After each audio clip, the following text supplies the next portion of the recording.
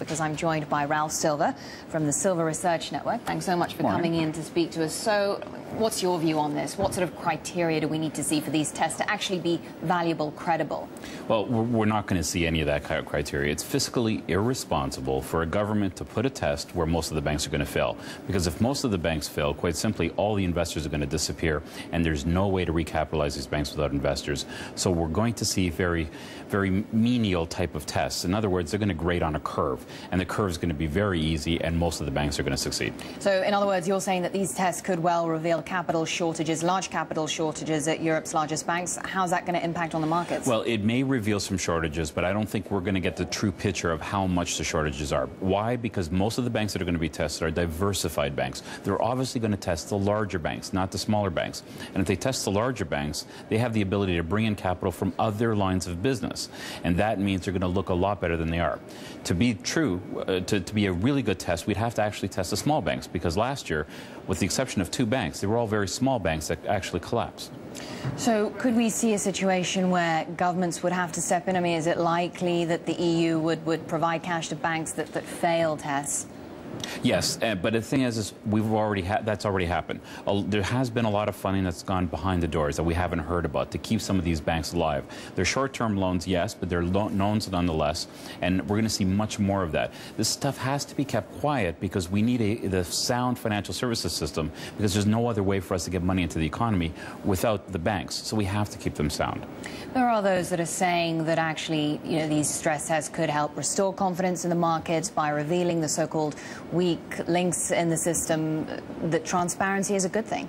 Well, that's certainly true, but the problem is if we're not going to test the small banks, we're never going to know what the weak links are, because the truth is that the small banks are our weakest links. It's interesting because we saw U.S. shares surge last year after stress tests there found that 10 banks actually needed to raise capital.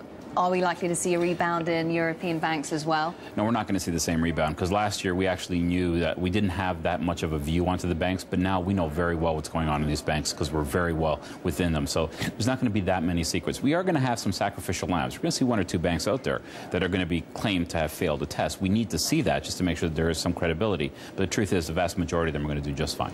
And I suppose the tests need to be accompanied by a strategy to deal with the institutions that are weak. Right, and that's what's lacking. We still don't really know how to deal with them. We're telling the banks to lend. They are lending, but not all lending is the same.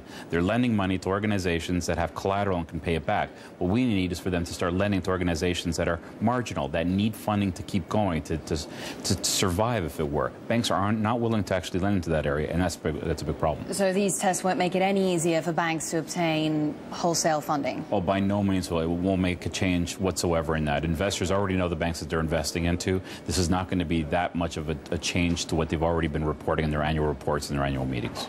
And what does that potentially mean for individuals, businesses, companies? Yeah, it's much harder for business. The business world in Europe right now especially is having terrible problems getting funding. What we're hoping is that more pressure gets put on the banks so that they at least try to lend to more small and medium-sized businesses, because right now that's not happening. And hopefully this will give the politicians enough force or enough fuel to force them to start lending down instead of lending just to the big companies. So what does that mean for overall economic growth in Europe? It's going to be slow. I expect the summer is going to continue to be slow. I'm looking at September for us to start seeing the consumer starting to spend, which means 2 or 3 months later, we'll start to see the corporates go. And we absolutely need to see that, or else we're going to go into a big dip.